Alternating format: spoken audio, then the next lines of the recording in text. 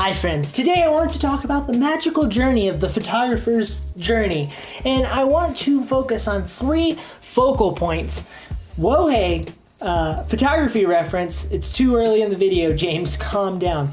And I am looking at this from the perspective of my own journey as a photographer, but I'm also externalizing into the vast realm of photographic disciplines, and I think that what I have to say will apply to most, if not all, photographers. And the things that I'm going to be speaking about exist on a spectrum, and a good example of this is the first point, which is that as you grow as a photographer, gear becomes less important. Now, there are a lot of people who are really interested in, they obnoxiously enjoy gear acquisition.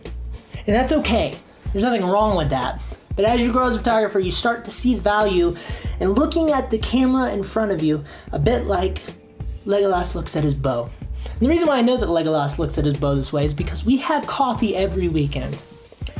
And for the last 47 years. And it's been a wonderful journey. I've learned a lot about myself, about elves, how to keep your hair just, come on. And last time we met, he said this to me. He said, "You look at your camera like I look at my bow." And I said, "That's interesting and all, Lego." I call him Lego. 47 years, you're gonna have a nickname. And I said, "That's interesting and all, Lego, but how do you take a photo with your bow?" And he left. We're like 4 minutes into the conversation. Normally we talk for like 3.5 hours about our kids, about when we're gonna have kids, about what our kids are going to do when they grow up once we have them, what we're going to do with our lives when we decide to have kids, because we got to do something, you know. I mean, they're going to die in the first 3 years if we don't figure something out. It's really hard to get a job as an archer. I don't know if you know that in this economy. But anyway, I digress. Next time I meet up with him, I'll buy him his Americano, even though he seems like a cappuccino guy. And maybe we'll smooth things out. We'll see how it goes. Love you, Lego.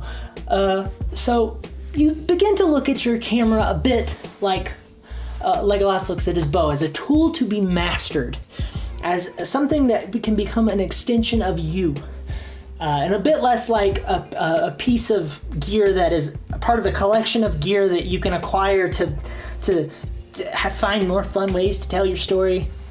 That mindset should not be put away with. There's value to that mindset, but it should be harmoniously placed within the discipline of photography. And that tends to be a trend. Second, stories become more important as you grow as a photographer. A good example of this is James Noctway, iconic war photographer. He believes that his photos have the power to prevent conflict. And this is the type of purpose and intentionality towards storytelling that I'm talking about, that as you grow as a photographer, you start to see that in life, that life is finite, and that you only have so many stories to tell. So a mature question that a photographer would ask themselves is, what do these photos mean? Why do they matter? Why do I care about this photo?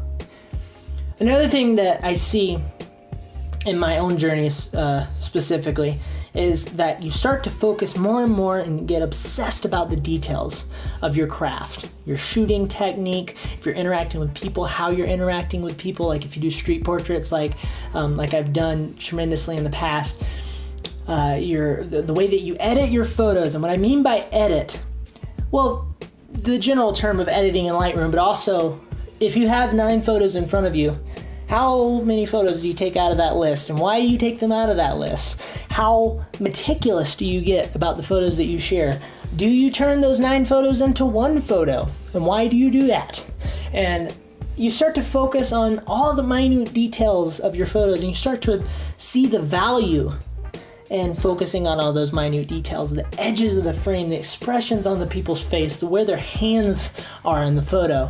You start to see, almost with a third eye, if you will, all of these little details coming together.